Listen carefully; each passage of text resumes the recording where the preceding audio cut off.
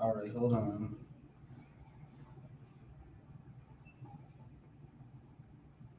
Okay. All right, perfect. It's on. Yep. What is going on, everybody? Hope everybody's doing. Hold on, let me turn that off. Hope everybody's doing good. This is our first masterclass of Millennial Kingdom Solutions, and we want to start off doing some good work by providing you guys some education, some value. You guys already know about me, but I definitely want to introduce my business partner, my accountability partner. She definitely keeps me in line. 'Cause I definitely have some different things, but Maribel is actually in, I would say, the graphic design space. She has over what, like 15, 20 years of graphic design. On her Mhm. resume, she's very good at what she does. She's phenomenal at time management. But I'll let her give a few words. I just want to say a couple words about her as well. Hey everybody. So I'm Maribel Rivera. I have over 20 years experience in the graphic design industry. I got my degree that long ago. And I am the CEO and founder of Graphically Yours. Which is a business that specializes in not only providing services for business owners, but also teaching others how to use graphic design skills to generate multiple streams of income. And yeah, like Torian said, we are in this together to help educate all of you in different areas and empower you to be able to pursue whatever it is that you want to help improve your life and your outlook. Absolutely, absolutely. Thank you, Maribel. So again, guys, this is our first workshop. We have many more. I believe the 17th will be our second speaker. So you guys definitely want to tune in for that. But for today, we are talking about this is the 750 Mastery. Many of you guys already know what I do. Been in the financial space 4.5 years. I've been able to help a lot of people, and I've been hosting free classes. I have my own credit repair business, but I want to give back to the community. So this will be a chance that everybody can really win here, right? I'm going to be dropping things that I actually sell $300 to $500 for, right? I'm going to be dropping them here for my whole community. And one of the reasons why I'm dropping it is because I want to give value. I want to help, but ultimately I know that there's only certain people that are going to take action, and then certain people are going to reach out to me about credit repair. So while this information is being dropped, you definitely want to apply it to your life. I had multiple reviews of actually how the services have helped a lot of people removing negative items off their credit report. But what I want to do is, talk to Mary about just about how, finances has been a huge part of just everybody's life. Like there's some area in individuals' lives where people are struggling, and the number one reason is their finances, whether it's the relationship with money, whether it's their credit score, whether it's budgeting. There's so many different areas. But today we're talking about credit. So Maribel, let me ask you this: like, how important, was credit, growing up? Like, was it a factor? Like, tell me what your relationship with your credit score growing up looked like. So growing up, I'll be honest, like my parents never actually sat me down and said, "Hey, this is what you should be doing to set yourself up financially for the future." As I was in high school, approaching college and things like that. I was never in a position where my parents had a trust fund or anything, for my university costs. So I had to rely on my academics to get, a full scholarship, which I did, thankfully.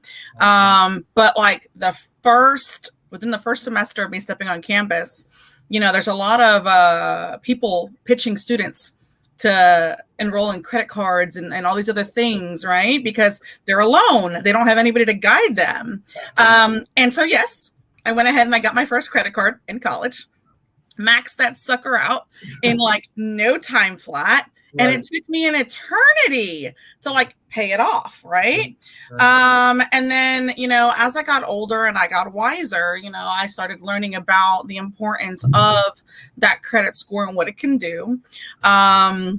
about how to improve it, the importance of being able to pay off things along the way. Right. And then I got to a point where I ended up doing like a credit consolidation, which helped a lot in like my early 20s. And I was able to pay off the debt that I had and start with a clean slate. And then for many, many years, I didn't touch a credit card. And I just paid for what I could in cash. And then later on, it was like, well, credit cards are a necessity. I kind of need, because you have to have some sort of revolving credit. Right. To be able to continue with your scores and improve them and, things like that. And I have lots of student loans due to the 3 degrees that I have. But, it was really a self-discovery. It wasn't really like parents back then did just not, they didn't talk about it. It was, my dad took care of the payments of everything. And, it was never something that I sat and discussed with him. Now today I have 3 kids of my own, the oldest being 20. And her and I constantly have conversations about finances and, she's getting ready to graduate in August from FSU as a biochemist with 0 debt. Wow. So that's huge, man. Just my backstory, I'm gonna be honest. I didn't even know what credit was until after high school, and I remember my first credit story was, moms told me that they weren't buying me clothes for college. It was like, man, after you go to college, like that's it, you're on your own. So I was like, how can I get some money to go buy some clothes, right? So what I did was I filled out the financial aid. I filled out the financial aid to FAFSA, so I was like, okay, I'm gonna take this $2,500 that they're giving me for school, and I'm just go buy me some clothes. So I literally used those finances to go buy me some clothes, and I realized like 6 months later, those clothes didn't even fit anymore, right? But I still have this student loan that's stuck on my credit report. Yeah. So talk about, the education of financial literacy. My mom's always talked about budgeting and savings, right? But dad took care of the bills. The credit score was never a conversation in the household. I didn't even know what my parents' credit score was. I know they could go buy a house, right? They didn't really talk about stuff like that, right? But, we live in a different generation today where credit is important. There's so many, technology has improved, and there's so many things that you can't have access to because of your credit, right? So, growing up, as I got older, that's one of the reasons why I got into the financial space, because I wanted to help others improve their credit score, because I know the damage that it caused me personally. Talking about, I couldn't qualify for any finance deals or anything like that. Any credit cards in the mall, everybody had Victoria's Secret, Foot Locker credit cards. I couldn't get that. They told me I got to pay cash. And what really hit me is when you go and apply for a phone, and then they tell you got to do a $500 deposit. Yes. That's what really tore my heart. I'm like, well, I'm gonna pay $1,000 for this iPhone 7. I gotta pay an additional $500 for a security deposit. Are you kidding me? You know what I'm saying? So I realized that credit was just that important. So I was like, you know what? Like, we got to get this information out to the community. So going forward, let me ask you this question now. Like, going forward, what solutions are you implementing in your life personally, but also your daughter's life? Are you educating your daughter as like with the information that you know now? Like, what solution are you using with your credit currently? So with mine, I don't know if you're familiar with Dave Ramsey. Yeah. So using his steps, to financial freedom, like that is something that I've talked with her. I've taken his course, utilizing his methods to pay down debt and things like that, paying cash for certain things, understanding that, how to level up when buying cars. Right. So, paying for a basic vehicle, if you can pay for it in cash, and then, you trade it in and you continue to, level up as you grow. And then eventually, you can pay for a $20,000, $30,000 car in cash. If you continue to exchange it, things like Roth IRAs and annuities, right. Utilizing insurance, life insurance, Hmm. to be able to compound that interest, and not cash that out, Right. until, you're in your 40s or 50s, because she's starting at the age of, 18 with that. Yeah. So, just all kinds of conversations, have been had. Whereas, look, if you can't afford it, don't Right. buy it. Don't buy it. There's no reason to go into this massive amount of debt just for status. You have to start thinking long term Right. and what your goals are going to be, especially at that young age. So if I had this conversation with my parents back then, Man. I would probably be in a little bit better place Yeah. in terms of investments and such. Exactly. But I get the opportunity to do that with all my kids now, which I Correct. think is really important. Right. So it's kind of like you get to, I'm not going to say you get to live through your children, but you get to like save them some time. Yes, Okay. exactly. So let me ask you this, your credit, like, how many years of like time did it cost you because of bad credit? Like how many years did you suffer because of bad credit? Okay. Well, I have a little bit of a unique position because I got divorced 8 years ago. Yeah. And when that happened, my credit took a hit. Yeah. Because I had to absorb some of his debt. And it took me a few years to kind of regain that. Wow. But it took, when I was, younger, from college and stuff, it took probably, I want to say, the better part of 4 years after that. And then when I got divorced, a good 5 to really get my credit back to where it needed to be. Because again, I didn't want to incur a bunch of debt to be able to bring that score up. You know what I mean? Like I didn't want to take out credit card after credit card after credit card, and then, you have to think about also utilization and, to keep it below the 30%. And that was another thing that, was not only just intimidating, but it wasn't really talked about, and I had to learn about, and, just balancing all that out. So it was definitely a struggle. But, if I could redo, I would. But it's definitely important nowadays, not only to educate yourself, but yes, your children and anybody that you can speak to about this moving forward. Mm-hmm. Absolutely, man. You brought up some great points, and one of the things I'm doing with my sister is teaching her financial literacy, dropping a couple gems on her, because I don't want her to have to go through the couple of things that I went through growing up. I mean, my credit was terrible. It was really bad, and I wasn't responsible. I didn't know about credit. I was just, I didn't really learn about credit until I was 26. So that's really late in the game. I mean, I'm thinking about what I could have did at the age of 21 if I had great credit. I could have bought a house.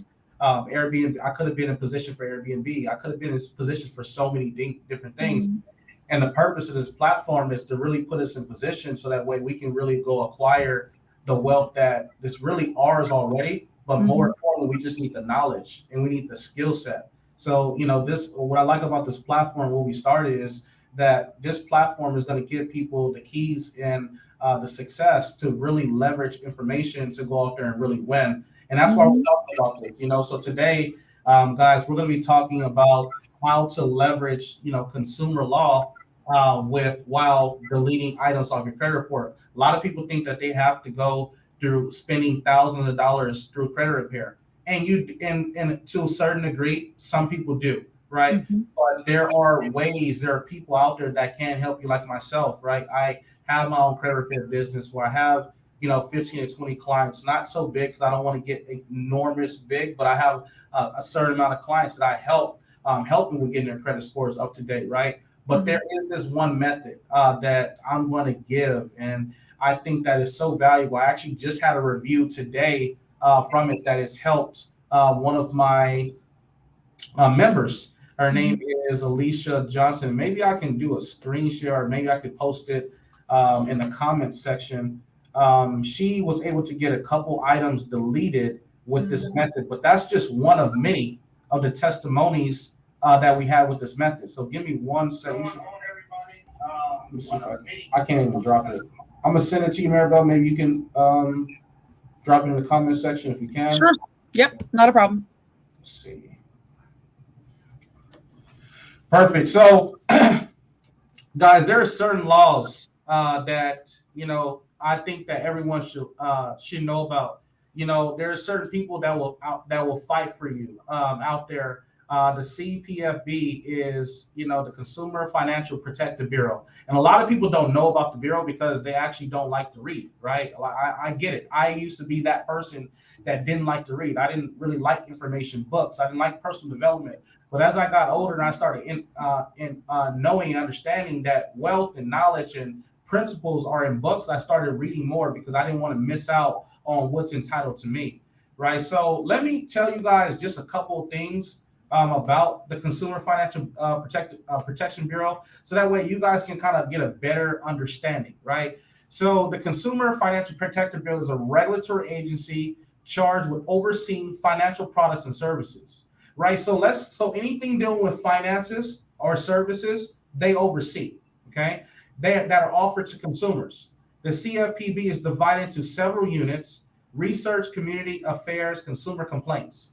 So, guys, like when you guys get those, I'm not sure, Mary, if you ever gotten like a settlement, from a bank or something like that, or just a settlement in general. That's because consumers complain to the CPFB, and then what happens is the CPFB investigates. When they investigate, if there's any wrongdoings on a company behalf, then they'll send out a settlement. The company has to do a settlement and send it out amongst the people, right? So the CPFB is here for your protection. They're here to help you, and you can actually file a complaint. And I'm going to be sharing my screen pretty shortly as well, so you guys can see this method as well, okay?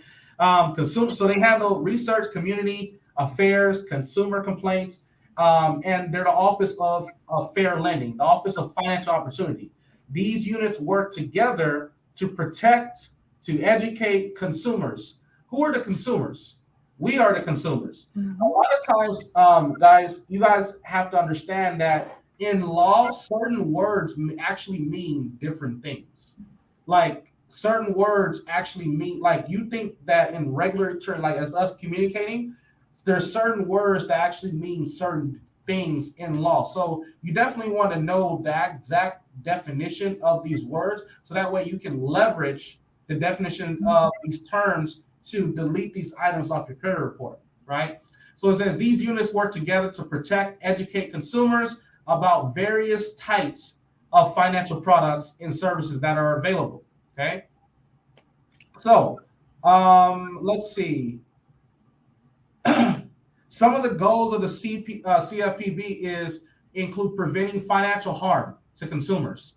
So they want to make sure that there's no financial harm coming your way. They want to make sure that you're not getting bullied, right? Like they're the big brother, right? Like you can go to them, or the big city, you can go to them, file a complaint, and they'll make sure that everything was taken care of accordingly, okay? So I want you guys to keep that in mind. The CFPB, they are your friends. They protect consumer from any financial trouble. So if you think that you're being done wrong, file a complaint, right? Okay. I'm not going to be on here too long, but I'm going to give you guys what I have. And if you guys have any questions, you guys can always inbox me. This live will be on my Facebook page for a certain time frame.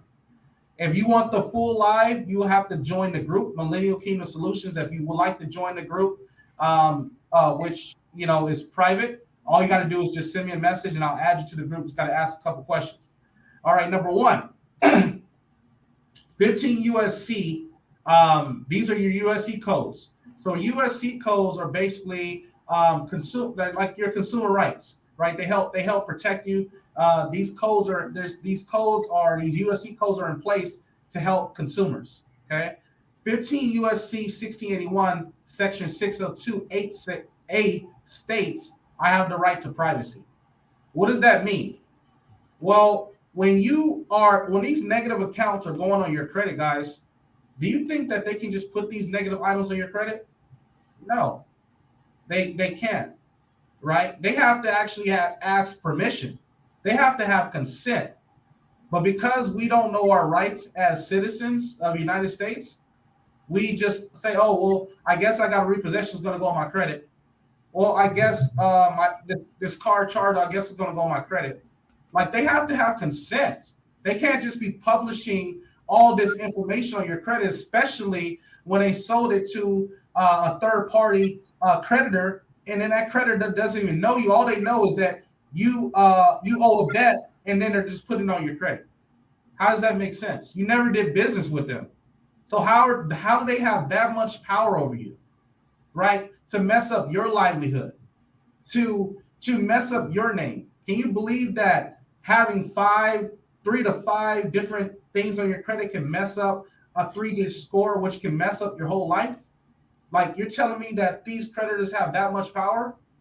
Only if you allow them to, right? So you have to make sure that you know your resources, right? So I want to repeat this code because I'm not checking the comment section. 15 USC 1681 states, I have the right to privacy.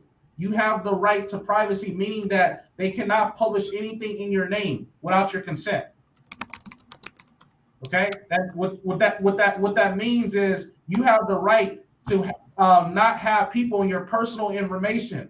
A lot of y'all don't even like people in y'all business as of today. Why are y'all allowing the creditors in y'all business?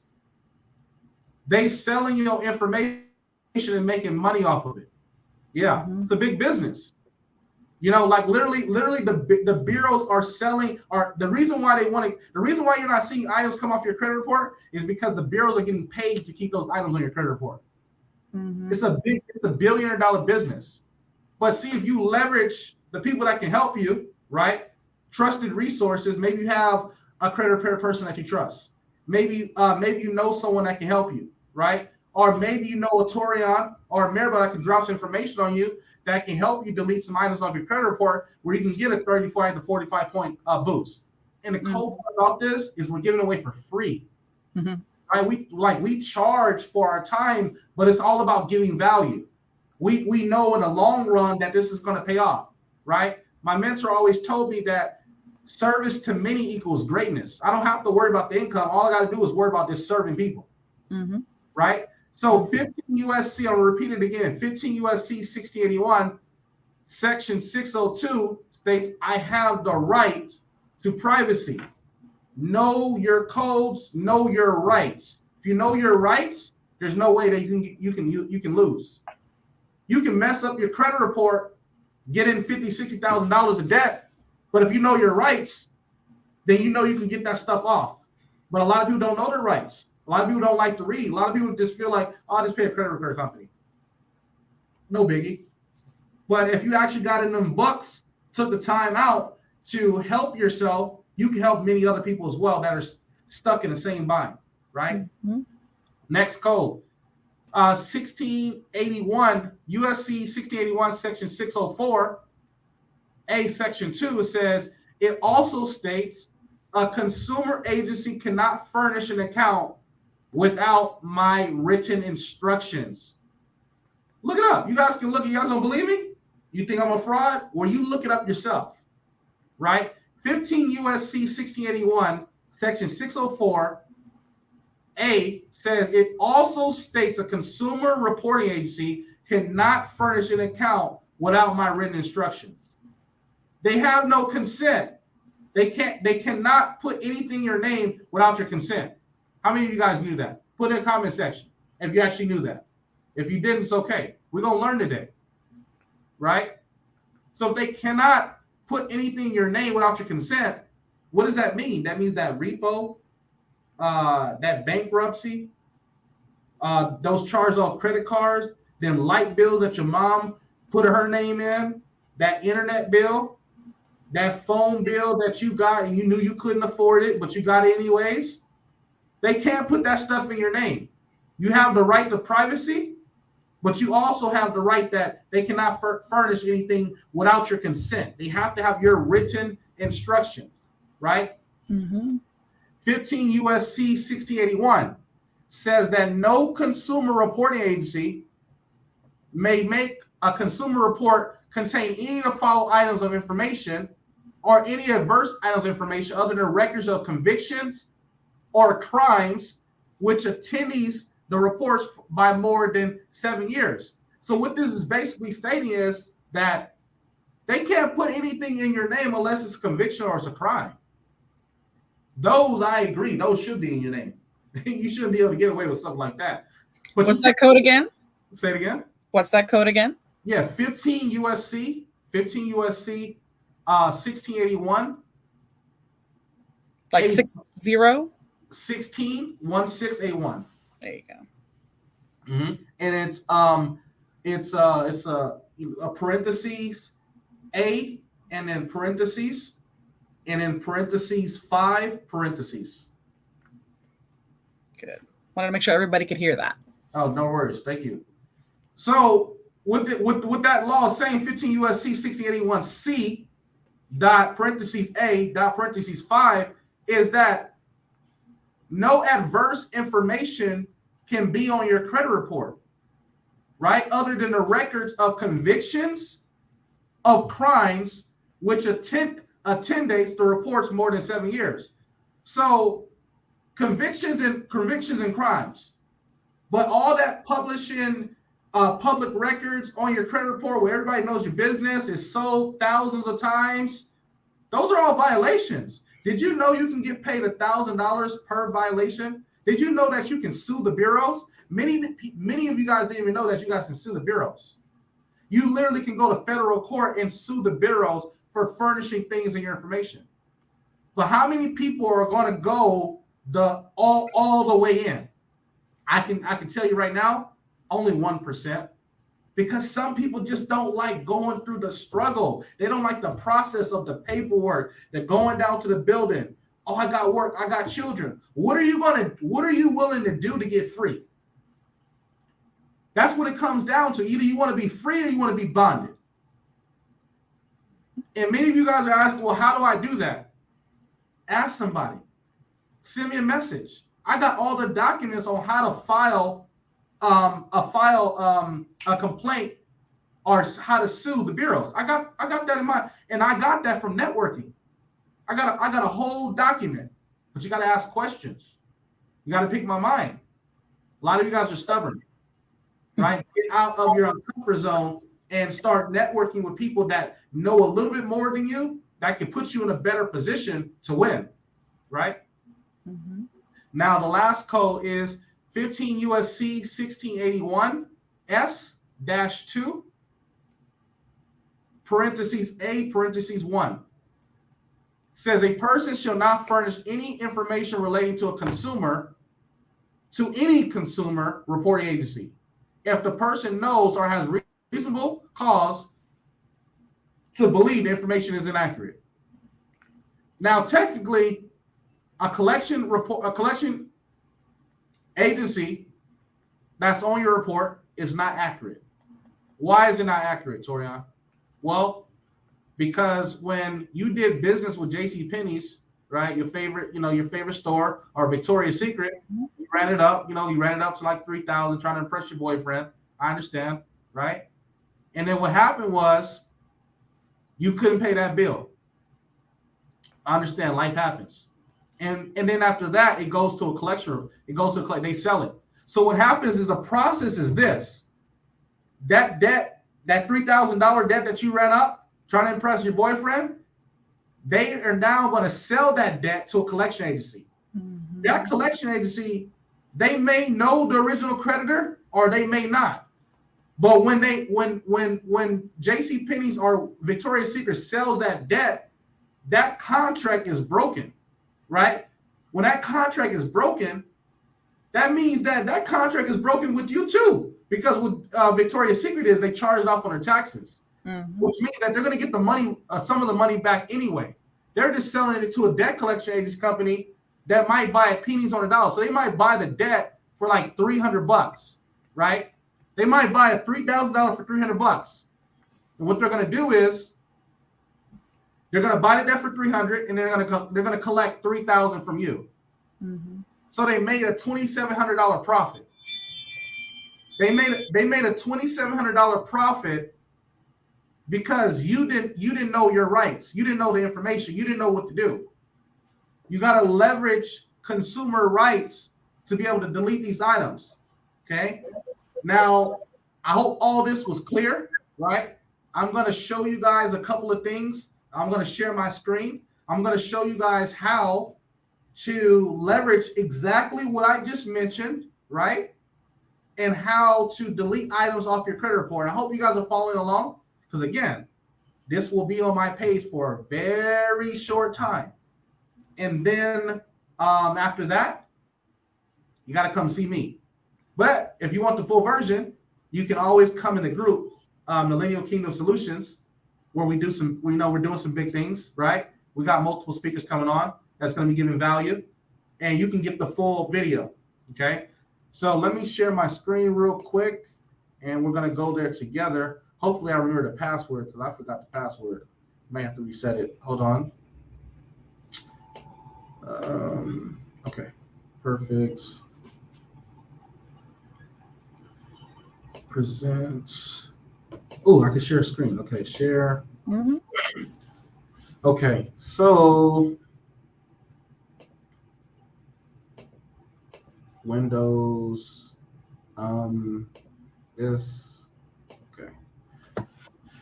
okay, perfect. So I'm gonna go to my screen real quick.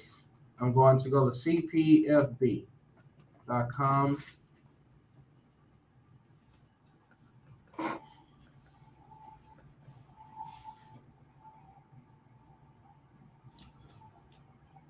I think I spelled consumer fund. No, I spelled that wrong.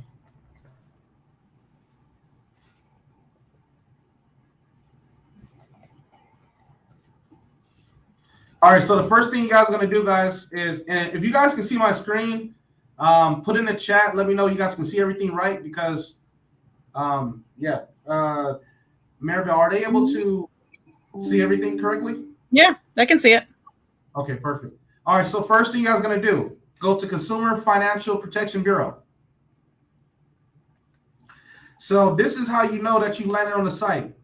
You see that big button right here? It says submit a complaint. That's what you're going to do. Submit a complaint. You can read all the information later. That's not submit that complaint. Get that complaint submitted, right? So we're going to go to submit. And then we're going to scroll down. We're going to go to start a new complaint.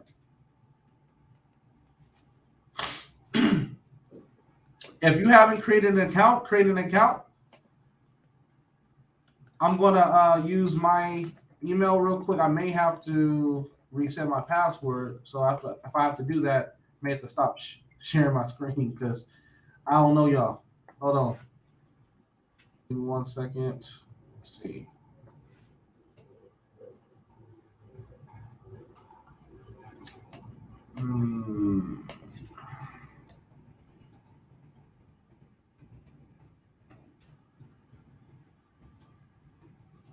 Hold on.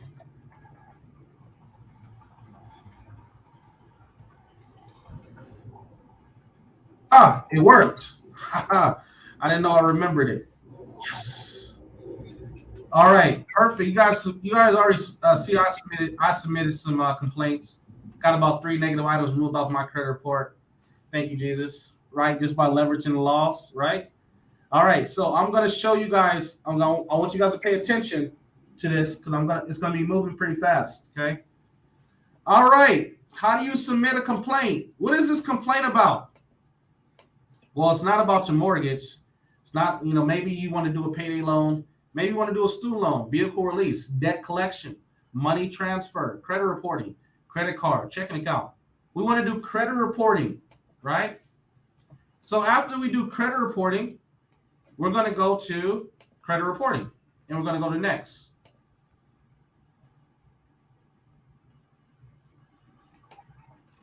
All right, so it's going to say most of the credit reporting complaints we are about one of the following topics. Select the one that best describes your complaint. You will have the chance to explain complaint in details and your next step. So you're going to put problem with credit reporting company investigation to existing problem, or improper use of credit report. But I use this one. Okay. It says which best describes your problem. You're gonna put you can put their investigation not fixing error. You can put problem with personal statements, right? I usually put the investigation didn't fix my error. And then have you already tried to fix the problem with this company? Who are the companies? The credit bureaus: TransUnion, Equifax, Experian. I'm going to click yes. I already tried to fix it. Even if you haven't tried to fix it, I already tried to fix it, okay? Now, what are you going to put in this box? What are you going to put in this box, right? So, you're going to put right here. Give me 1 second.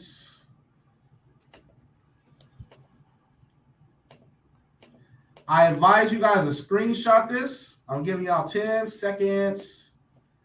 I advise you to screenshot it. So, in accordance with the Fair Credit Reporting Act, this list of accounts below has violated my federally protected consumer rights to privacy and confidentiality under 15 U.S.C. 6081. You want to put the accounts here, account name, and then you want to put the account number, and then keep going. Account name, number, account name, number, account name, number. Has violated my rights. Once you put the accounts in there, you paste all this, right? All that's here. Screenshot it, please. Screenshot it. I'll give you about a minute to go ahead and screenshot the first part.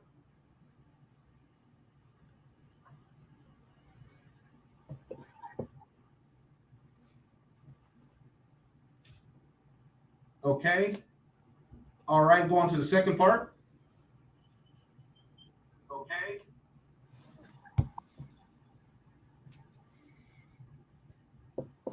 All right. Now, once you screenshot that, what would be a fair resolution to this issue? Delete all negative accounts. All negative accounts.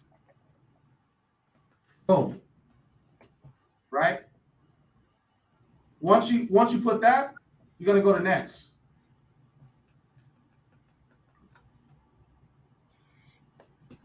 You're going to put the company's name. Who's the company? TransUnion.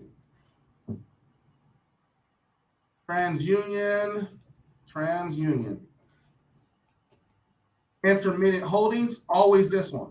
TransUnion Intermediate Holdings, Inc. Put your social security, date of birth, name. Do you have another company you want to submit? Yes. We have Equifax.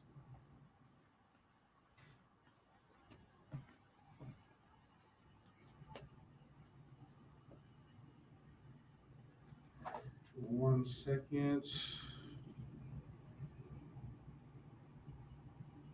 You can't just use all Equifax. That won't work. You got to use the right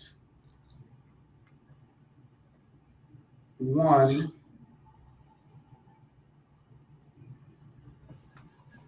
Which is Equifax Information Services, LLC. Do you want to submit another complaint? Yes. Experian. Experian is just regular. Nothing special.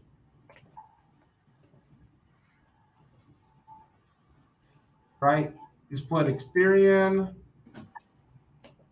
right there. Have you tried to fix the problem? Yes. Social security, date of birth, name. Next. Right? Once you do that, you're going to go to the next screen. Again, once you do that, you're going to go to the next screen. It's going to ask you a couple questions. I guess I can do this for you guys so that way you guys see. Hold on. Shouldn't take me that much.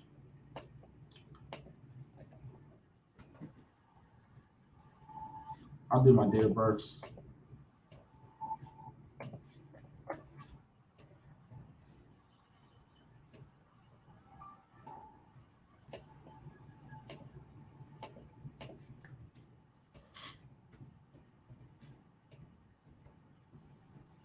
Okay.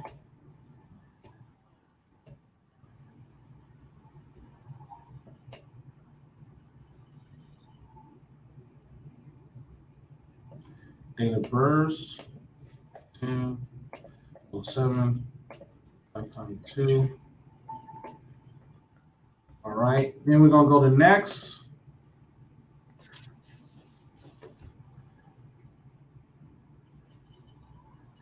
Who are you submitting this complaint for? Myself.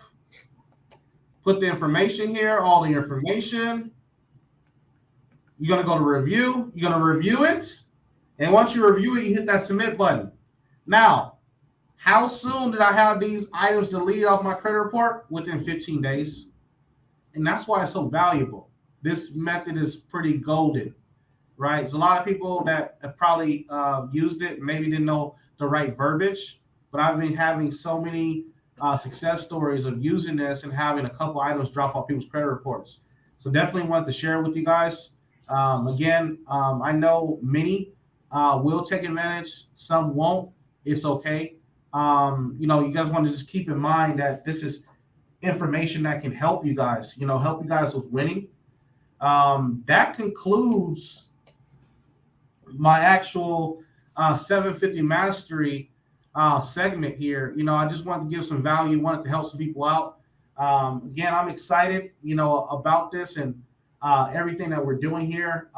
Next week we have another speaker that's going to be coming on board, teaching about some phenomenal things. She's doing some phenomenal things in the marketplace, and I just want to give value to the people. So those that did tune in, I appreciate you, because this is beginning stages. This is beginning stage. We're going to be talking about Airbnb. We're going to be talking about trucking. We're going to be talking about mental health, life coaching.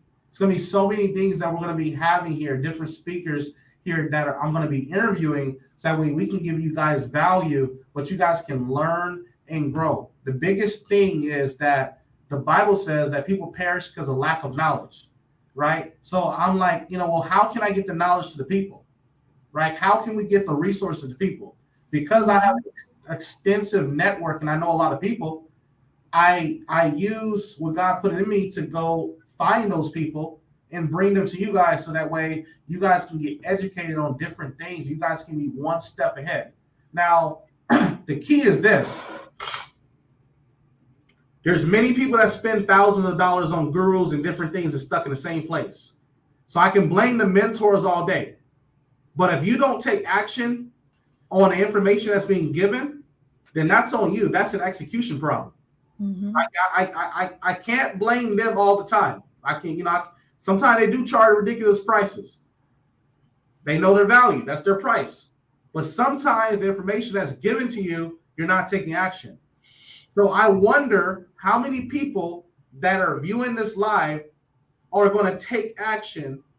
And if you're taking action, I want you to send me a message. I want you to say, I want you to send me a message. Hey, Toria, I watched your live. I'm taking action. Because I want to know who the executioners are. I want to know who the people who are going to be that example.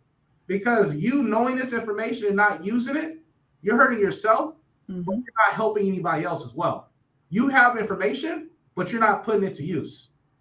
It's kind of like there's a quote that says that the greatest dreams are in the grave right now, mm-hmm. because they never actually executed on that dream. They never moved by faith. So with that being said, guys, again, I appreciate everybody being here. Thank you guys for coming to my workshop. There's going to be many more. And we got some big things coming up. This is going to be really huge.